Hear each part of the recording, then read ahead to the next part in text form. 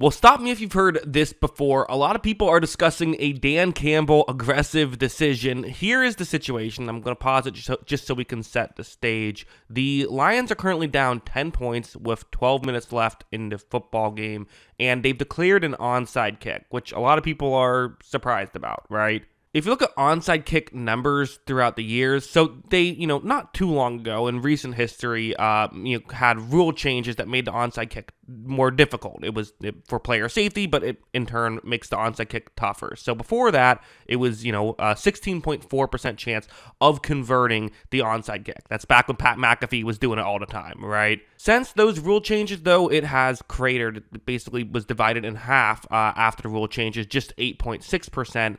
And now this season, the rules have changed again. You have to declare the onside kick.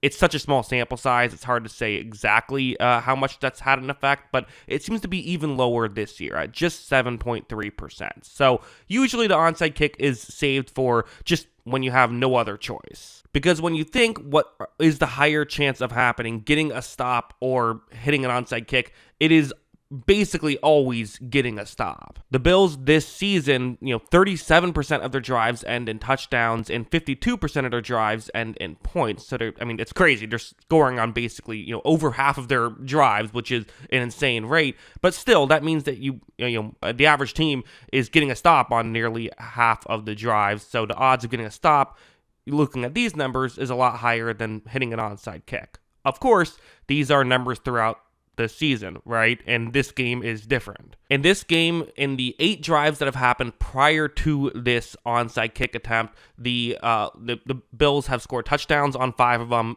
They had 2 field goal attempts. Worth noting, one of those did miss, and it was a pretty short one. And then there's been only one pure stop, only one punt here by the Bills. However, of course, even using those numbers, it's still significantly more likely to get a stop than it is to hit the onside kick. And it's worth mentioning that, a field goal doesn't really kill you. It still makes it a 2-score game. So you would need a stop and a field goal at some point. It's not looking great, but possible, right? Now, another factor is maybe you just like your onside kick. Maybe you just feel like, because again, the onside kick numbers are in a vacuum, but this isn't in a vacuum. It's in a regular game. When the Lions try this onside kick, watch this hop the ball takes. It goes up really high, which is intentional, making it difficult for Matt Collins, the receiver trying to make this play. The issue is that, Matt Collins is a good receiver, right? Watch him be able to snag that one out of the air, because that is his job, is catching footballs. He's able to almost run for a touchdown, gets close enough that they score a touchdown on the next play, which I think you could also argue is part of why you go for it, because, okay, you don't want to give up a touchdown, but if you're going to give up a touchdown, you'd rather do it quickly, because then you get the ball right back, and you can try and score. It doesn't help you out much, but it hurts you less than if you gave up a 6-minute drive resulting in a touchdown, then the game's basically over.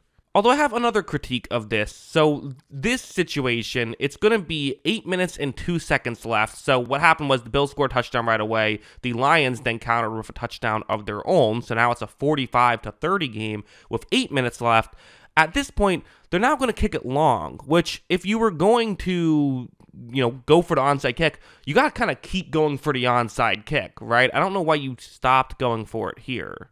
It is worth mentioning as well, so they had one more onside kick. This is after they scored a touchdown to make it a one-score game with just 12 seconds left. The clock management could have been better. They needed to either score quicker so they could have saved all their timeouts, or just burn some timeouts earlier so they would have had more time, because even if they convert this onside kick, you now have 12 seconds with 2 timeouts, but you have to get a touchdown.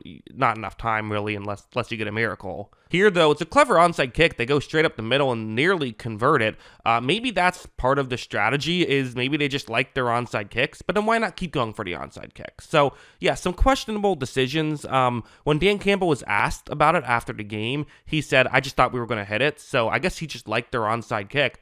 But I don't know. Dan Campbell, I usually defend most of his moves. This one, I'm just going to be honest, I don't think was the smart move. I understand it. I do get the logic, but I think it was maybe overthinking things a little bit. Sometimes you do have to say, even if things aren't going well defensively, we just have to hope that we can make a play. And maybe that, again, Josh Allen, for all the things he does well, isn't someone who won't put the ball in harm's way here and there. Maybe you can get lucky there. I don't know. But yeah, those are my thoughts. What are yours? Let me know in the comments below.